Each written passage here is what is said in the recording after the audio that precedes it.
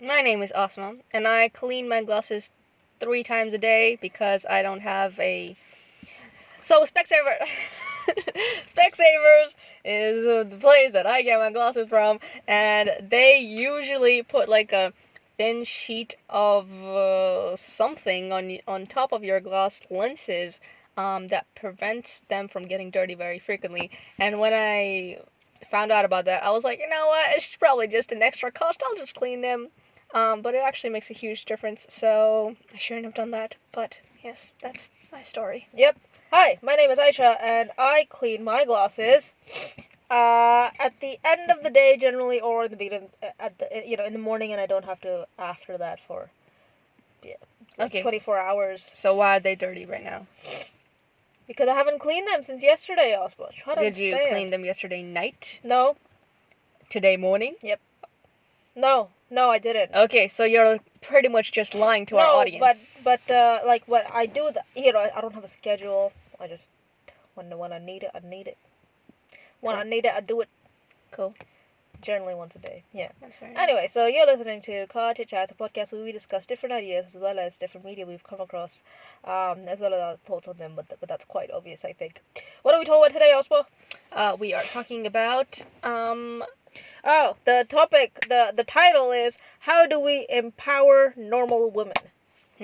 Yes, I think it's good. I think it's a good title.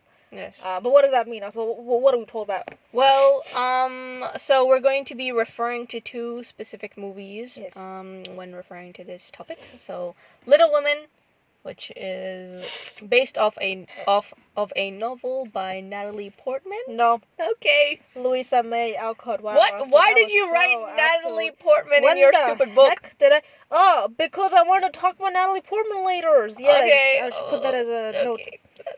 Sorry, also that was my mistake. Natalie Portman. Wow. Okay, fine. And then another Japanese anime movie called In This Corner of the World, Yes. which is about a normal woman living in the after effects of Hiroshima bombing. The Hiroshima bombing. Yes. Well, that happened like sort of. Halfway through the Halfway movie. through. Yeah, but yeah. I guess it was definitely leading up to that. Yes. Yeah. Just for the record, sometimes these will contain spoilers. Ah, yes. Inevitably. Yes. So, just look out for that. If you haven't seen Little Women, and you haven't seen In This Corner of the World, we'd really recommend them. Yeah. But if you don't really care about getting spoiled, nor should anyone, then let's continue on. Okay. Coolio. Well, Aisha, how did you feel when you finished watching Little Woman for the first time? Well, I felt quite happy. Okay. Actually. Okay. Which is really different. I also felt quite depressed. But I felt quite happy because it ends really nicely. Okay, I was really happy sort of while I was watching the whole movie, because there's a lot like the relationship with the sisters, because it's about 4 sisters. The relationship with the sisters is really nice, and the main character is a writer. So there's a lot of like snippets where she's writing stuff, or arguing about writing, or like just montages, whatever it is. Montages. Montages. Well, that's what I say. Yes, montages, where she is making like writing and stuff, and that just made me really happy to see that happening. Yeah, and it had some really beautiful lessons, and yeah, it made me feel quite happy when I finished it. So the first time I watched, and I completely understand that, completely agree with that. But the first time I watched Little Woman was like 2 days ago. Yeah.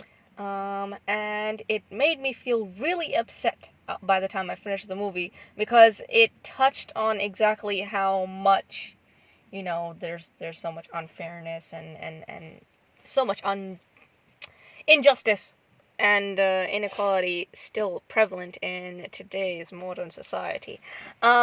Today's modern society. I just used the same 2 words.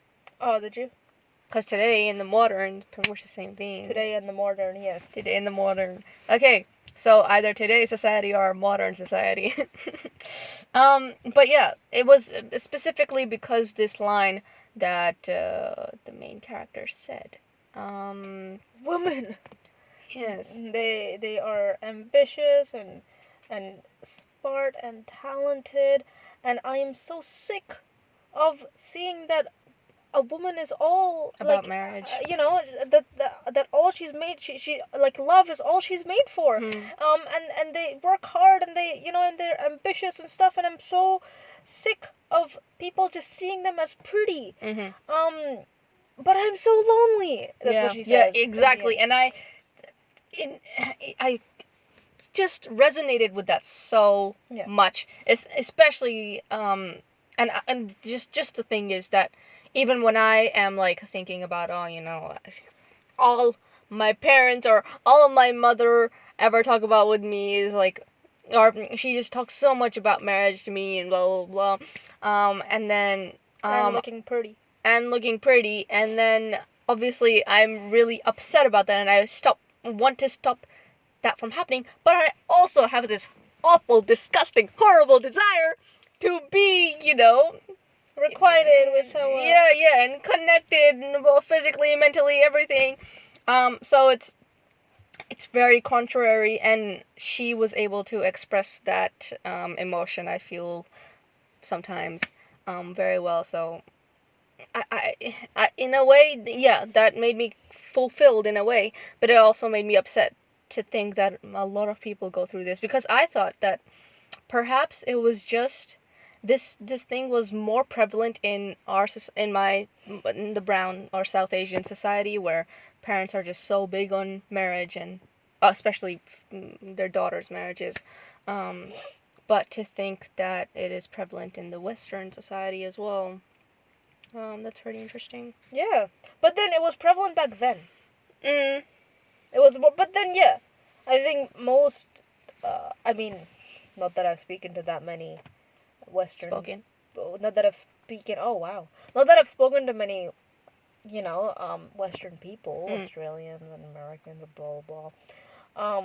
Europeans. Yeah, Europeans. Not that I've spoken to many of those people. Mm. But yeah, maybe from movies and stuff, you can tell that there is this sort of every girl dreams of finding the guy, and like maybe Or not, the girl. or the girl, and maybe not getting because a lot of, I think, maybe some women these days are like, nah, I don't really want to get married. I mean, I just want to have like that relationship, but I don't want to sign a contract. Yeah. But we all, I think, dream of finding someone. Mm-hmm. So it's really prevalent, I would say. And I don't know how much they're sort of pushed, but then there's so many songs out there about love. There's so many movies out, like rom-coms are literally just that. This girl finding a guy, and that's it. So yeah, I'm sure a lot of girls go through that. So Yeah. That's right. How did you feel when you watched In This Corner of the World? oh yeah, that movie as well. I was very Happy by the end I of was very happy when even though okay, a lot of terrible things happen. A lot of really terrible things happened to that. But I was really happy when I finished it because I felt happy about the way, the girl Suzu. Wow. Yep. With the way Suzu is portrayed, and she is this, very innocent, very down to earth, just so normal, and like there's nothing about her that makes you go extravagant. wow. Yeah, she's not extravagant. There's No. and they make a story out of that, and there's so much there's so many tragedies that take place, but you leave the movie with a sense of hope. I think. So yeah, it also made me feel great. Yeah, no, look, I understand, but I think the way I felt at the end of these movies was fulfilled, and you're defining that fulfillment as happiness, I think. Yes, I guess. And yeah, maybe you did feel happy, but I felt more fulfilled. Yeah, content. Maybe. Content, less happy because of all the emotion and implications that go with it.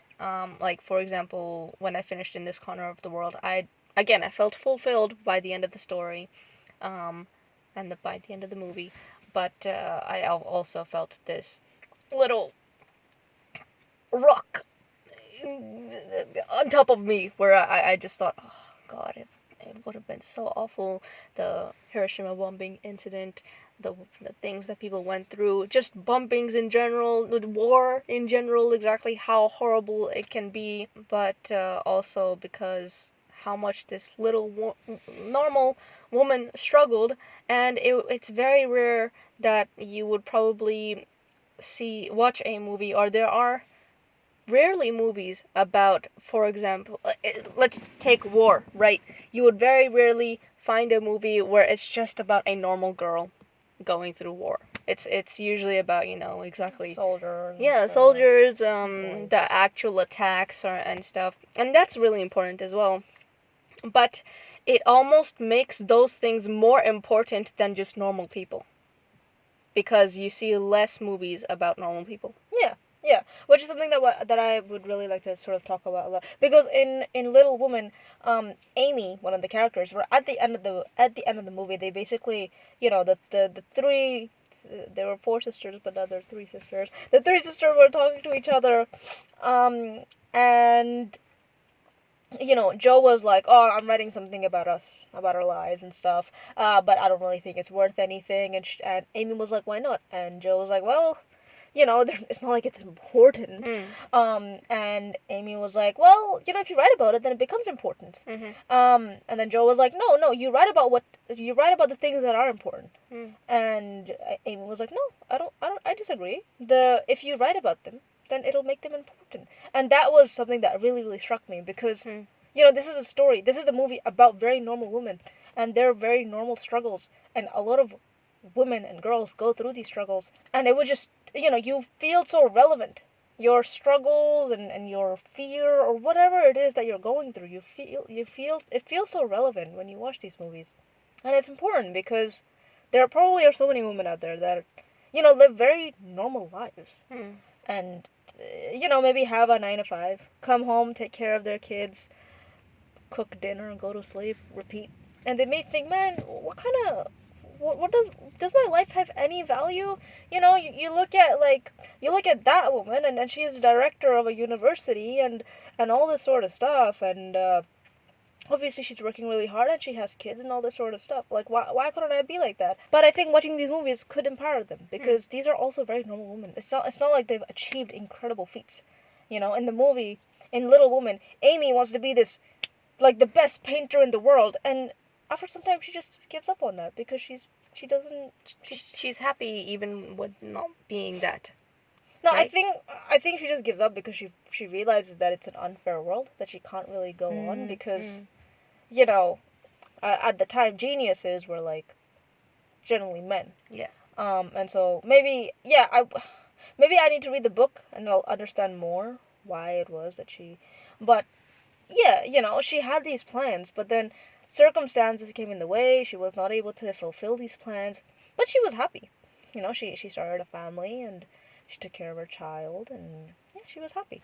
So I think a lot of women would feel very relevant when they watch these movies. Yeah, and I think this theme was portrayed pretty much throughout the movie, because there were a couple of scenes where Joe takes her book about her sisters to the director, He's to a the publisher, to the publisher, and he just keeps on saying, this wouldn't sell because it's not about a woman being married, or it's not about, it's just so ordinary, right?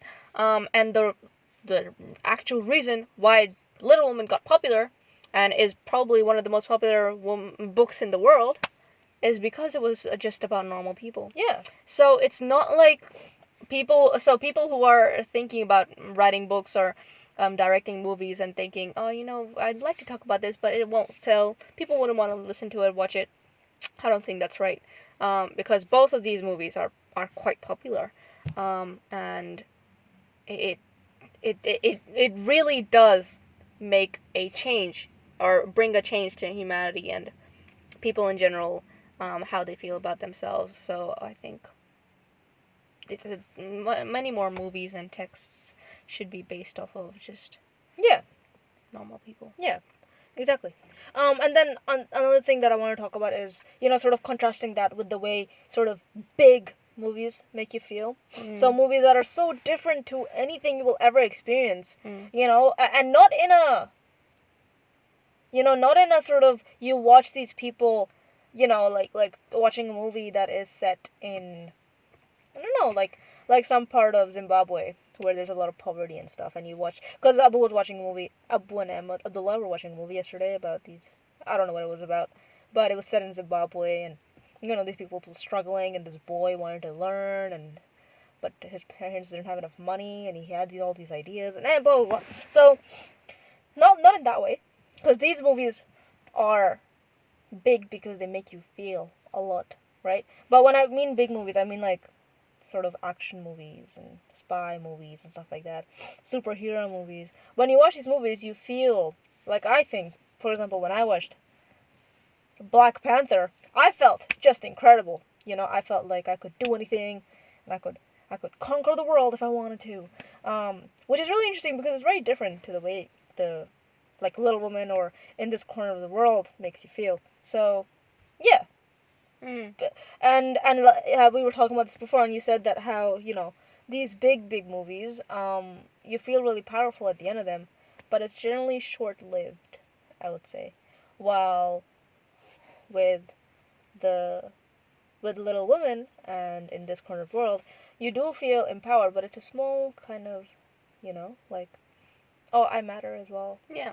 And I think it's a lasting effect as well. Yeah, it's more, maybe longer lasting. So I think a distinction we can make between the movies you were talking about and the other movies you were talking about is probably how unrealistic they are and how realistic they are, right?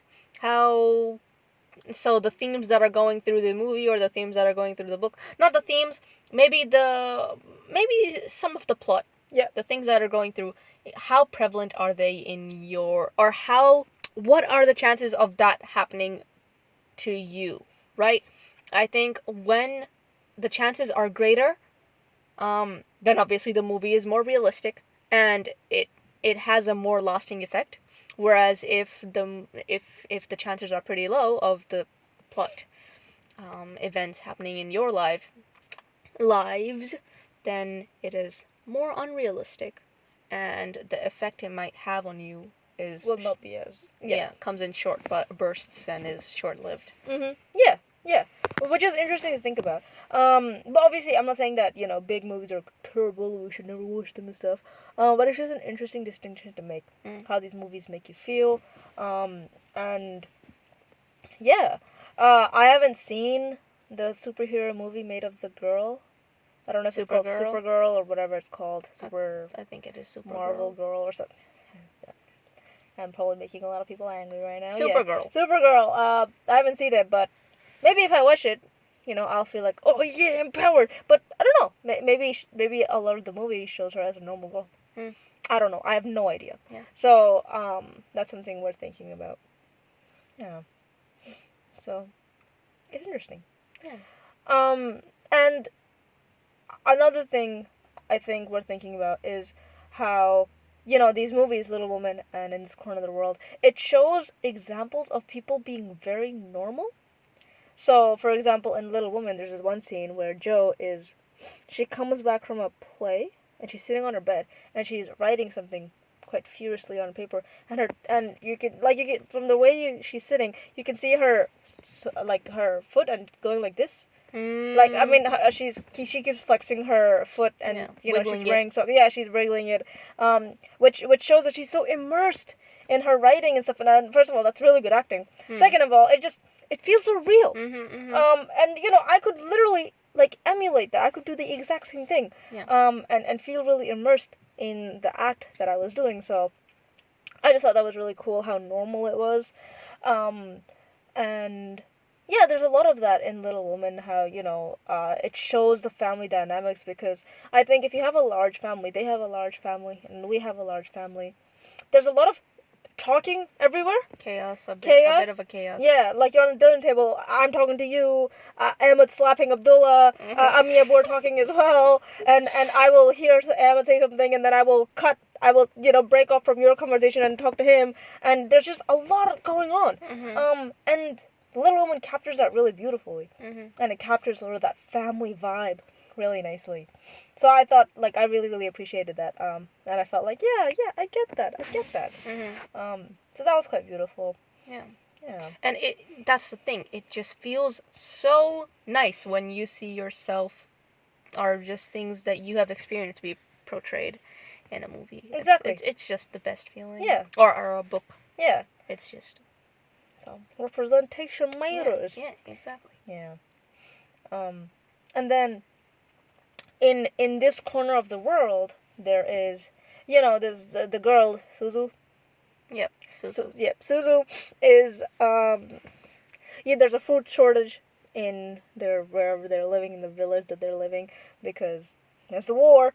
And so she finds this recipe to make rice fluffy, Mhm. and there's like a 5 minute montage where she montage. There's a 5 minute montage where they show her cooking. She's like, now I will do this, Yeah. I will do that, Yeah. I will mix it all up, and then we watch her put it on the table with her in-laws and husband, and they all take the first bite, and they're like, like it's so great. Which I think a lot of women go through because they try new things and they're nervous, like, oh, will my family like this? I'm sure Ami goes through this a lot, you know? Yeah. Will my family like this food that I made? And obviously you put in effort. Like, it's not easy to make something and make it taste good and stuff like that. So, it was, like, I thought that was quite cool how they showed that. And it made me think of, which I will go to now, Natalie Portman. Because if you look at Natalie Portman, because I feel like Natalie Portman, because obviously she's like a big superstar, she's come in a lot of movies, and she's always making ads for Dior, perfume. Yeah, have you seen that ad where she's like, I'm gonna say, like there's this perfume ad where chandelier is coming on in the background. Maybe. And she's like running, and she falls from, jumps from a building, and she's in a car, and then at the end she's like, and you, what would you do for love? Oh, okay. Have you seen that? No, I haven't. Okay, anyway. So she makes like these really like incredible perfume ads. I mean, she doesn't make them, she stars in them. So, she's not a very ordinary woman because she does all this stuff. But if you go to her Instagram, then you see her being a very ordinary, so she's she's wearing like a sweater and jeans, and her hair is tied back, and she's cooking. So she makes videos about the food she's making for her kids. And I feel like, that, like, I think a lot of women would relate to that, because they'd be like, oh, she's doing something so normal. And it would make them feel valid as well. And she posts photos of, like, the books she's reading, and she does IGTVs with, like, people of color and their struggles, and what people can do to help them and stuff like that. Like, it's really nice. But yeah, I feel like she uses her platforms to maybe, I guess, I don't know, show that she's not extraordinary, right? Yeah. And just spread that, I'm just a normal person as well. And being normal is great. Yeah. So I thought that was a cool sort of thing that matches up, like, Suzu in this corner of the world, and how she cooks, and cooking is quite prevalent, I think, not really prevalent, but like there is some of it in the movie, because that's one of her roles, is being a housewife and stuff. And on the other side is Natalie Portman. Obviously, she's like this, incredible actress, and has done a lot of good work and stuff, but obviously she also just cooks sometimes, and that's very normal. So yeah. And see, look, how many times, how many movies do you see in which they just talk about making rice? Yeah. But in this corner of the world, when you see that's such a wonderful scene. It's not even like you go, why am I watching this? What's the point? Exactly. What's the point of having this? It's just so wonderful. Another thing that another scene that really pops out in my mind is when they are really struggling to find sugar, and they finally are able to get a hold of a bit of sugar, and then what happens is that it attracts ants, and Suzu tries to find a way that the ants wouldn't go to the sugar, obviously, so she puts it in a pot, I think, or she places it in a pot and then places the pot in another pot filled with water, except the pot sinks and all the sugar gets immersed into the water, and she feels so much grief and she feels so upset about that. And to someone, to anyone, and if you say, oh, my sugar fell into the pot, they'd be like, what the heck, what is that? But just showing exactly how much grief there is in something small like that, and really messing up, yeah, when you're trying so hard to do something good. Exactly. You realize that these are real things that people get bothered about, real things that people feel emotions about, and it's good, it's normal to feel that way. And those little struggles are real things, and they matter as well. Yeah, exactly. So it's quite beautiful how, these very, I mean, this movie is, obviously it's about this girl, but it's also about, like, the fact that she goes through war, and, because of some, it's not really her fault, but, because of unseen circumstances, she loses her arm, and her niece? No, I think just her arm. Oh, yeah. Her niece-in-law? Yeah, her niece. Yeah, okay, fine. Her husband's sister's daughter dies because they get caught in a bomb blast and stuff. And it's like there's so much grief there, and there's so much, like, hardship, and you see her really struggle, and she's just sitting there, and she doesn't have an arm, and she's looking like she doesn't know what to do with her life, and she's so disoriented. But then the movie also has these really small scenes of her being very normal, and having very normal struggles, and I think it's just beautiful. I think very good parallels there. Yeah. Just another thing though, I think. Like when I said before that these movies won't be watched, it's true that both of these movies are quite slow. Yeah. Are compared to normal movies, they'd be considered a little slow in the way that people would say, where's the story going, what's happening? Because I recommended In This Corner of the World to a friend, and like not even halfway through, and they were like, oh, what am I watching? What's the point? And then after they went through a certain mark, they said, oh my god, this is the most incredible movie in the world. Like, this is so great. So it's not extravagant, and it's not in the way where it's not the kind of movies where you would go, oh, this immediately is awesome. You're caught. Yeah. They're not attention grabbers. But again, they always have a lasting impact. Yes, exactly. Yeah. So you should give them your time. I think both of these movies are relatively long, right? In This Corner of the World is like 3 hours. And no, it's not. Far out. It's not. Okay. It's not 3 hours. What is it? 2 hours. Maybe 2 hours, or 1 hour 40 minutes, or 2 hour 20 minutes, something like that. Because Little Woman is, I think, 2 hours 50, isn't it? I can't remember. 240 maybe. 240, yeah. Something like that. It's a bit long. They both are relatively long, yeah. And I think they're obviously long because they want to implement these scenes in there. Yeah. That are very normal things. Exactly.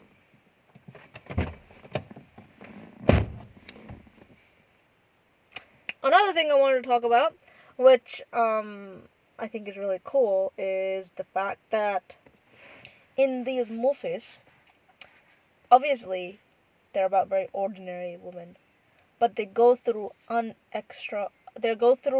extraordinary circumstances, right? Suzu is quite normal, quite boring, and her life is relatively similar to a lot of girls. Maybe in that time, she gets married to someone she's only met once, and she starts living with her in-laws, and it's a bit weird because she's like, oh, I've never met these people before, and I have to make a good impression, blah blah blah. But she also goes through a war, and she loses her arm, and a person dies because of being at the wrong place at the wrong time, and she has to suffer that guilt. Like, that's very extraordinary. It doesn't happen to many people. Similarly with Little Woman, she has the family has struggles because they're poor. Apparently they're poor, and their father is at war, and so they're constantly worried about him. And their sister gets sick. One of the sisters gets sick and passes away. Um, Wait, no, yeah. So, being poor and stuff. That's a relatively normal thing. People go through that. People understand that struggle. But having to lose your sister, and seeing your father come back from war, those are relatively extraordinary things. It's not every day that you see that sort of thing. So what I'm basically trying to say is, I feel like in every story there is an extraordinary element, no matter what you do. I think that can be really empowering if you feel that your life is boring. No, there must be something in there that is worth making a movie about, that is worth writing about. Um, Suzu may think, oh, my life is quite ordinary, but there's a movie made about. I mean, I don't know if Suzu was a real person, but she has these experiences that are so interesting, and they make you think about life. If we think about our life, I think we have a relatively extraordinary. We have had extraordinary things happen to us. And you think about, basically, like, for example, you think about our neighbor, the neighbor that lives 5 minutes away from us. You would think, oh, she lives a relatively normal life, but maybe not, because she moved from Pakistan and she lived in this rural town for like I don't even know how long she lived there for, and that is a relatively different experience. And then she moved to the city, and that's different. And the friends that she's had, and the I don't know, the relationships that she's had and that she's lost over time. Yeah, that's pretty extraordinary, because not everyone goes through that. Exactly. Most people, in, again, the general population mostly live in the same place for most of their lives. Yeah, exactly. So, basically, maybe these movies would make you think, okay, yeah, I know I have an ordinary life, but I have had extraordinary experiences that I can definitely relish and feel that I, am more than just sort of the status quo, more than just like this tiny speck on the earth that works and makes money to feed myself and my kids and stuff. So, That's right. yeah. It's cool. Anything else, Alamo? I don't think there's anything else I want to share from the movies. Yeah. Okay, so, Alpha, that sort of brings us to a close of this discussion, but is there anything you'd like to share from the week? Yes, but before that, what was the name of the episode again? How do we empower normal women? Okay, so how do we empower normal women? We empower normal women through sharing experiences, through, for example, making movies, making books, or even just normal conversation about normal things and normal struggles. Yeah, would you like to add anything to that? Yeah, and just that even in normal ordinary lives, you have extraordinary experiences. And maybe in every movie you could probably find some instance of normal things happening. Like in Black Panther, the relationship between T'Challa and his Shuri, I don't remember the names. the sister. They have a very sort of banterish relationship, and they're always like sort of sniping at each other and making fun of each other and stuff. That's quite normal. You see that with siblings and stuff like that. So, yeah. If you want to feel like you want to relate to your character that you really look up to, maybe try to think of, moments where they've been really normal. Like Clark Kent. I don't know, maybe his glasses got dirty once, and so he had to take, Clark Kent? No. Oh, okay, he's Superman. Oh, no, Oh. I'm sorry, guys, if maybe you know Clark Kent as, because in the movie, in Superman, Clark Kent is this guy who works for the newspaper, and he wears glasses. And then he takes off his shirt, and then he's Superman, and he's got like a curly thing on his head, and he doesn't have glasses, and then he becomes Superman. Cool. So no one realizes that Clark Kent is Superman. Yes. Of course. And why did you... So obviously Superman is Superman, right? Yeah. But maybe Clark Kent, sometimes his glasses get dirty like yours do, and he struggles. Mm-hmm. So Yeah, that's very so normal. they should show that, Yes, they should. They should show him wiping his glasses. Beep, beep, beep, beep, beep, beep. Yeah. That's what it sounds like in movies. Yep, but another thing, like we talked about before, just in conclusion, in order to empower women, there's two types of, I guess, texts or stories or movies you could go with, and they both have different types of effects. So, for example, realistic movies, in which the events are somewhat, the chances of them happening to you are quite high. They give you a long-lasting, empowering effect, whereas if you want a short burst of empowerment, then you could perhaps watch movies that are kind of unrealistic, but through seeing other people go through the events in the texts or movies or whatever it is, you feel that sudden burst of empowerment as well. Cool. Aisha, why don't you share whatever you want from the week? Okay, fine. So recently, I've been thinking. Well, not recently. Last night, I realized that I've been slacking off with a lot of things. I think I just do like a half-hearted. I do half-hearted work, and then I'm like, yeah, it's enough. And I realized that this is sort of the attitude I had when I was in year 12. That's why I got the incredible ATAR that I got. Guys, no matter what ATAR you get, you're still worth something. Yes. It took me only 2 seconds to realize this. Because guess what happened? I woke up. The day the ATAR came out, right? I woke up, checked it, went back to sleep. Yeah, no, I did the same thing though. Really? Except I couldn't go to sleep, but I was still in my bed and I just checked it and I was like, whatever. And then I just turned it off. And then Abu came upstairs. And he's like, what'd you get? I'm like, blah, blah, blah. And then a bunch of people called me, and they were like, what'd you get? Blah, blah, blah. And I'm like, yeah, it's all good, whatever. And then the crying started. The crying started maybe like in the evening when I went outside on a walk. I went on a walk, and then I just went, and like 3 people called me during that time as well. I'm like, can you please call me later? I'm crying right now, okay? But where? Yes, ATAR. I realized that the ATAR, it doesn't mean, it isn't tied to my self-worth probably like a month later or something. Month later. Or 2 months later. 2 months, Ospo. Wow, yeah, man. I don't know. That's really sad. That's, as long as you have come to that conclusion. Yes, that's right. But I just find it really funny. I woke up and was like, disappointed. And then that was it. But like, yo, guess what? Where I'm at right now. Not at Harvard, exactly. But, very rarely you find people who are at your point. Yes, exactly. You're doing very well in life, mashallah say. Yes, thank you. But I do feel that I've been slacking off and, okay. Doing stuff half-heartedly. And I read this book called The 4 Agreements. And the 4 agreements are to be impeccable with your bird, to be impeccable with your word, to never make assumptions, to always do your best.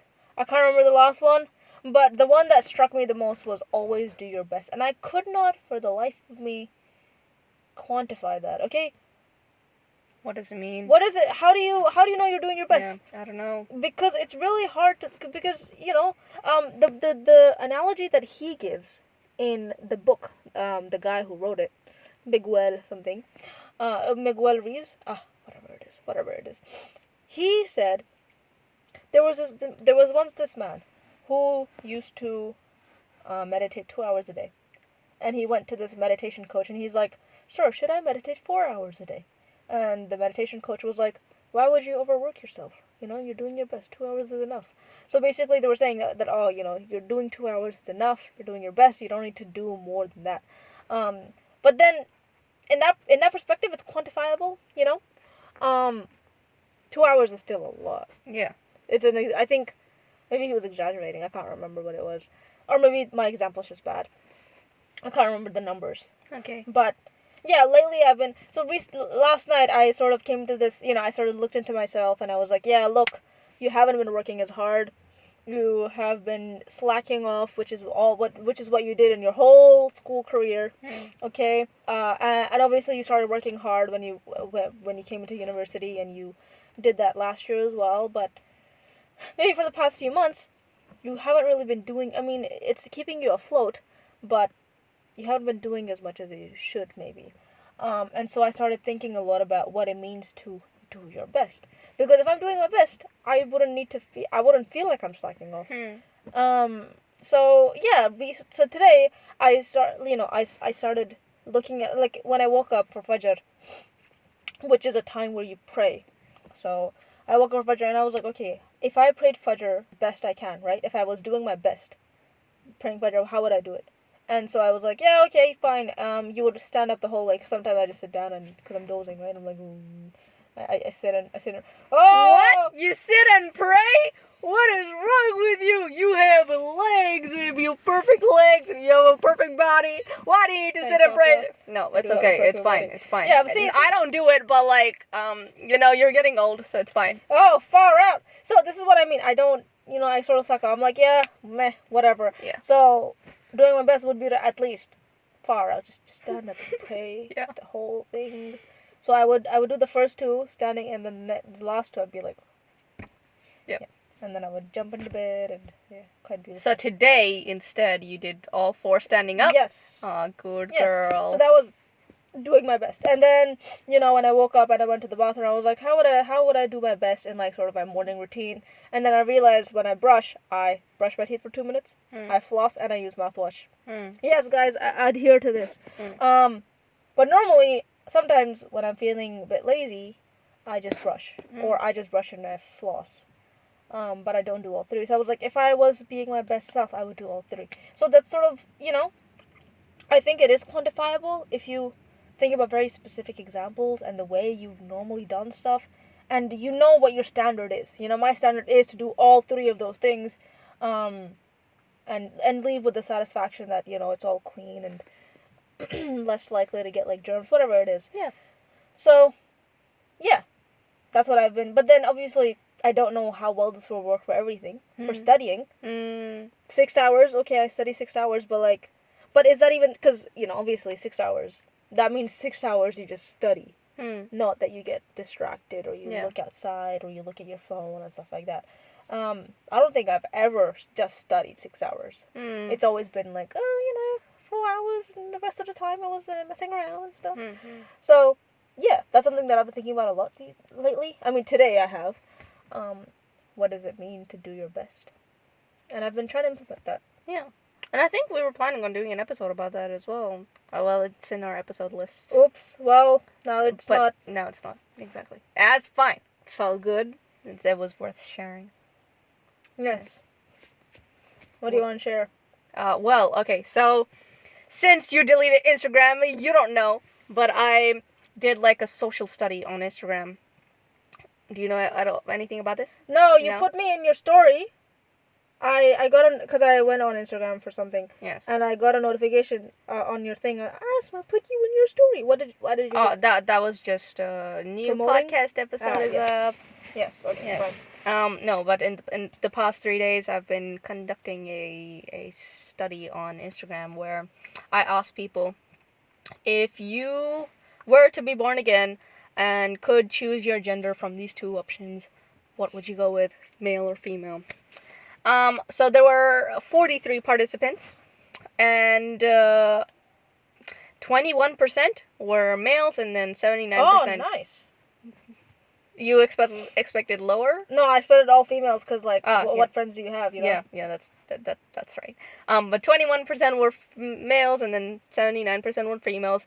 So in a way, the study bias. Still is, it has a bias. There's a limitation, obviously. But after that happened, I also asked people to give me reasons for why you chose what you chose, or if you would choose one or the other, why.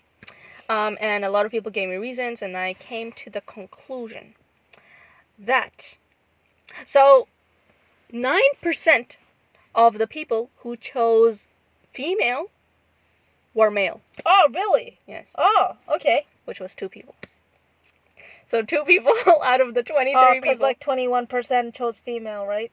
Oh, no, 21% were male. Yeah. Okay, so fine. maybe if there were more males, it'd be... So, yeah. And then 63% of people who were females chose male. Okay? Yeah. So, a greater number of females chose male. And a greater percentage of males chose male as well. Male, yep. So, the conclusion, and you know, I asked people questions and stuff, and why'd you do it, and most females said that they would rather be males because it would just be easier. You know, you wouldn't have to go through periods or childbirth or just issues, for example, being restricted and having safety issues, all that stuff. So a lot of females said that.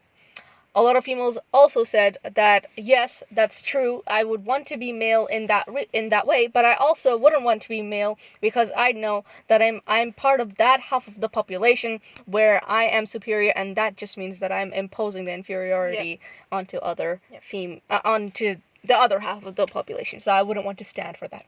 That makes sense. Perfect. Another conclusion I came up with was that quite a few males were actually very happy or were satisfied being a male.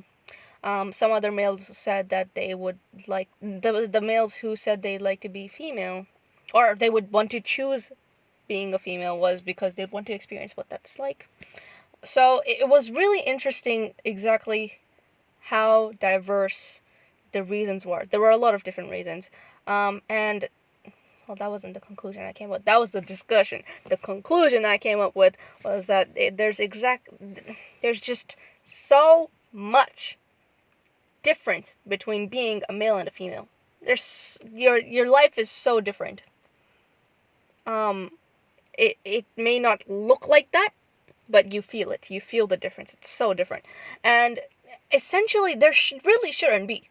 Because if you think biologically, the main difference there should be is that the female gives gives birth to the child, and in biology, especially mammals, the mother takes care of the child for a bit until they're able to go off on their own. So the female would, you know, help do that to the child as well.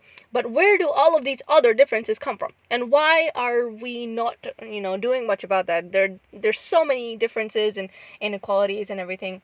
So, in conclusion, again, because I like the word conclusion, obviously. In conclusion, we need to understand each other better and help each other out. We need to have more intersexual conversations about these things. And that would help us understand each other, help each other, and hopefully make the world a more equal place. Because I think people really don't know. Men really don't know the struggles of a woman. A woman really doesn't know the struggles of a man. And we can definitely help each other out if we did know. Yeah, you're right. So that was interesting. Yeah. I'd like to do more of these studies in the future. How would you, what other ideas do you have? Not at the moment, but I don't want it to be like forced either, because this idea actually just came into my mind, and I thought, you know what, that'd be interesting. I don't want to force an idea and say, oh, you know, another one, blah blah. I just wait for an idea to pop into my head and think about doing it. Yeah. How come it took you 3 days? Because you were interacting with these people? Yeah, so the first day, it was just a question, and it was male, female, and then I waited 24 hours to get the responses. Then on the next day, I asked them why, so I made 2 different stories, one asking the people who chose female, and another one, people who chose male, and then today was the last day of the study where I came up with the discussion and the conclusion. Pretty good. And it's all, you know how there's like, you can save highlights or story highlights on your Instagram thing. So I've added it there, so anyone in the future who wants to go back to it, they can do that. Norse, that's cool. Did you do like a conclusion sort of thing? Yeah. I can show it to you after the podcast. Yeah, that's pretty cool. That's pretty nice. Yeah. I had very meaningful conversations with people through that as well. That's really and people cool. I haven't talked to in a long time as well, so that was pretty cool. Yeah, that's awesome. That's something that Instagram does well, I think. You can, like the polls and stuff, they really help with that sort of engaging conversation. Yeah. Nice. Okay. Well, that was this week. Hope we really recommend these movies, and also Black Panther was pretty incredible. I mean, you probably went to see really it. No, it was good, but we had such incredible high expectations for this movie because everyone said, incredible, it's so good. But when we came out, we watched it with our cousin, And all three of us were kind of like, yeah, it was good, but it wasn't the most incredible thing in the world like we thought it would be. Really? Yeah, because you weren't like, oh, it was so good. You didn't say that. Oh, I didn't. No. But did you watch it again recently? Yeah. The only reason the reason that I feel so hyped up about it is because of that scene where this is, I don't think it's spoiling, but where they are chasing the bad guy, you know? They come out of that casino in like Japan or something and they're chasing the guy and like there's this epic car, like, you know, like the Shuri is driving in her little safe place. She's driving the car and the woman, she gets on top of the car and she like throws a spear. I just think it's so freaking incredible. Oh, okay. That's the only reason. Okay. I love that scene so much because the music, everything just ties so beautifully together. Wow. Makes me cry. Okay. Well, I That's should watch why. it again then. I just watched that scene. Oh, Okay. so bloody good. Mm. So bloody beautiful. Incredible. So good. Okay, fine. People watch Black Panther. Yes. Although I think people will have already watched. Yeah, most people have have watched. watched. But yes. Little Woman, the 2019 version. Yes. I haven't seen any of the others. There's like 3 different versions or something. Oh, okay. Yeah, 2019. Woman is over. These New York streets get colder, shoulder. Every burden I've learned to manage. Every bird and every disadvantage I have to manage. I don't have a gun to own. I walk I the walk streets. streets famished. The plan is. Yes. Okay. Well, thank you everybody for listening. If you would like to comment on anything or give us any feedback or any movies, for example, that empowered you and are Yes. maybe about normal people, Years. let us know on Car Chit Chats on Instagram. Message us or email us at carchitchats@gmail.com. And hope you have a wonderful life. You didn't see that coming, Asia. Wow. Yeah, I didn't see it coming. You're not talking to the audience? Huh? You're not talking to the audience? I am. So why'd you say my name? You didn't see that coming, audience. Yes. What should we call them? Army? Ew. That's disgusting. Believers? Oh, Directioners? what does Aisha also make up? Ice. Ishers. Ishers? What? I don't know. Where did that come from? I don't know. Aishma. Ishmers. Ishmers. No, that's so terrible. The Ansaris. No. Anyway, dear no, listeners. like we don't like labeling people. DLs. We don't like labeling people. So you are you, and we are so glad that you are you. Okay. Talking to the audience Unless you're here. Hitler, then I don't want to talk to you. Hitler isn't listening. Oh, yeah. Okay. But Hitler, if you are listening, I have nothing to say to you Except that. except what? Except what you just said. I have nothing to say to you except what I just said. Yes. Except for what I just said. Wonderful. Okay, goodbye, everybody. Bye bye.